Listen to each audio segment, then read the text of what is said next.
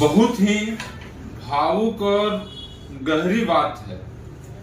एक शहीद का पत्नी का वियोग, जो रोज अपनी पत्नी की यादों में जीती है, वो जो हर त्योहार हर शाम उसके बिना बिताती है। हम एक कविता पढ़ रहे हैं जिसका शीर्षक है मैं शहीद का पत्नी हूं। एक वीर नारी की आत्मा की आवाज। मैं कमल नयन, जन विचार एक्सप्रेस से। आप हमारे फेसबुक पेज को फॉलो करें, लाइक शेयर कमेंट करें। यूट्यूब पर मेरा यूट्यूब चैनल को सब्सक्राइब करें। जो बहता नहीं भावों से जिसमें बहती रसधार नहीं, वह मानव नहीं पत्थर है जिसमें स्वदेश का प्यार नहीं। तो मैं शहीद की पत्नी हूं का मैं कविता पढ़ रहा हूं।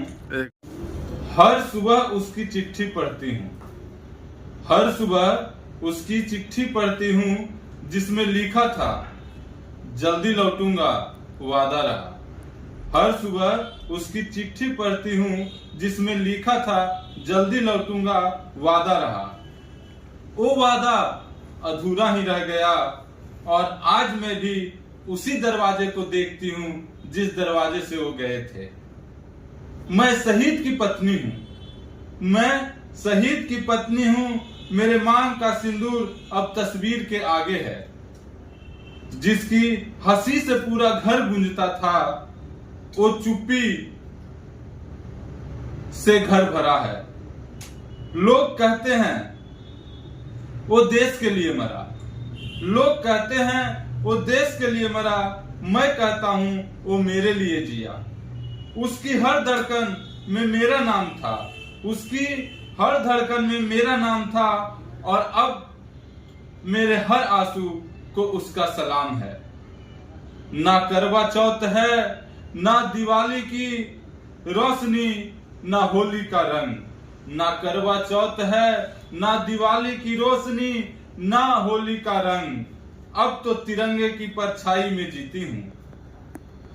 वो जो कहकर गए थे जल्दी लौटूंगा, उसकी जगह अब एक पदक है और तन्हाई। बेटा जब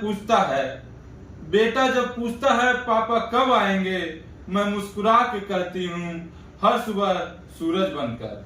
वो नन्हे हाथ जब सलाम करते हैं तस्वीर को, वो नन्हे हाथ जब सलाम करते हैं तस्वीर को, मेरे आंसू भी फौजी हो जाते हैं। मैं शहीद की पत्नी हूँ, मैं शहीद की पत्नी हूँ। गर्व भी है, गम भी है। कहना आसान है, जीना मुश्किल। पर उसकी कुर्बानी को हर रोज ओढ़ती हूँ। क्यों कि मैं एक सिर्फ पत्नी नहीं हूँ, क्यों कि मैं एक सिर्फ पत्नी नहीं हूँ। मैं भारत माता की बहू भी हूँ, मैं भारत माता की बहू भी हूँ। एक शहीद की पत्नी का यह बोध है, और हमारे देश में अपने जीवन का सर्वोच्च बलिदान देने वाले, अपने साहस शौर्य का अदम्य जो प्रदर्शन करने वाले सेना है, उनसे जब सबूत मांगा जाता है तो सोचिए उस पत्नी पर क्या गुजरती होगी। वह जो सेना शहीद हुआ है इस देश के लिए, जो सर्वोच्च बलिदान दिया है, अगर कहीं से सुन रहा होगा इन राजनेताओं का जो सेना से सबूत मांगते हैं, तो उसकी क्या हालत होती होगी, उस विधवा की क्या हालत होती होगी, उस माँ का क्या हालत होता होगा। हाँ, मैं निश्चित रूप से मैं वीडियो के माध्यम से जरूर कहूंगा कि आप राजनीति कीजिए।